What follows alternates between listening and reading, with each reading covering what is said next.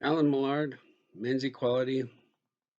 We now have masculine ridicule pertaining to men who are already persecuted and condemned. Alternative motives are self evident when masculinity is suddenly a concern that holds men to being cannon fodder, protectors, pawns and slaves for women, instead of considered for their own sake and well being.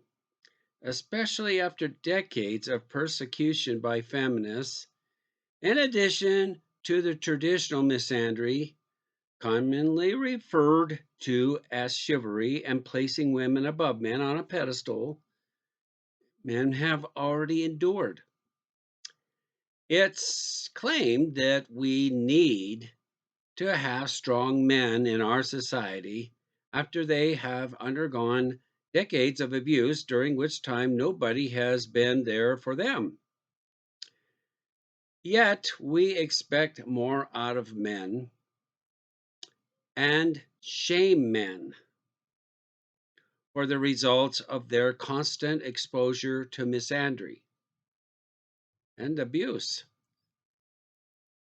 At a time when male suicide is at the highest it's ever been, we have the audacity to put more on men who have been discarded and abused. How do you think we got here? If we can change from the type of men we had in the past, perhaps we can reverse the process rather than place more blame on men in the present. Imagine that. Reinstate the laws of the past and basically undo everything feminists have done to create the misandrist conditions of the present.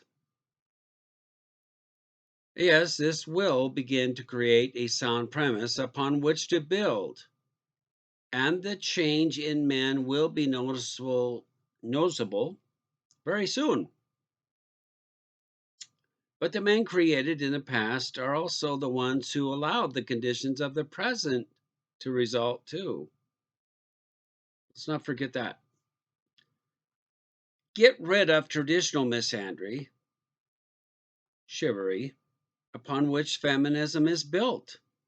If males are provided their equal rights, status, needs, consideration, basic love, and equal value to females, don't you think that just may have a positive effect and create a better or more complete male who will naturally develop from this process? If we kick and abuse a dog and then expect even more from that same dog that's been abused, are we going to get the best results? Even if all we care about is a use, pawn, and servant identity?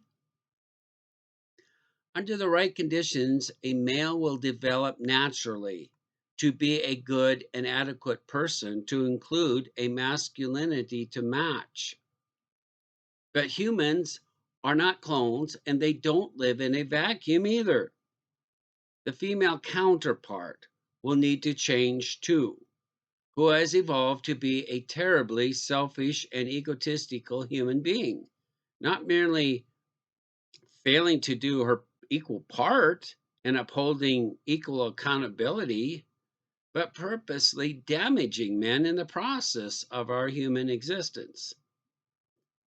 This is a major problem that many ignore and, as mere cowards, blame men as some kind of default for modern conditions.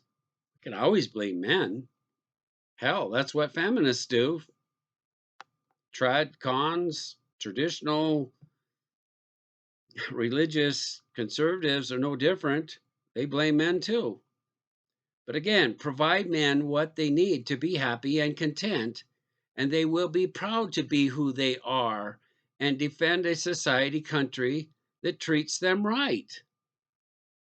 It's really not rocket science, folks. Oh, but it will take decades to undo the damage done, just as it took to cause it in the first place.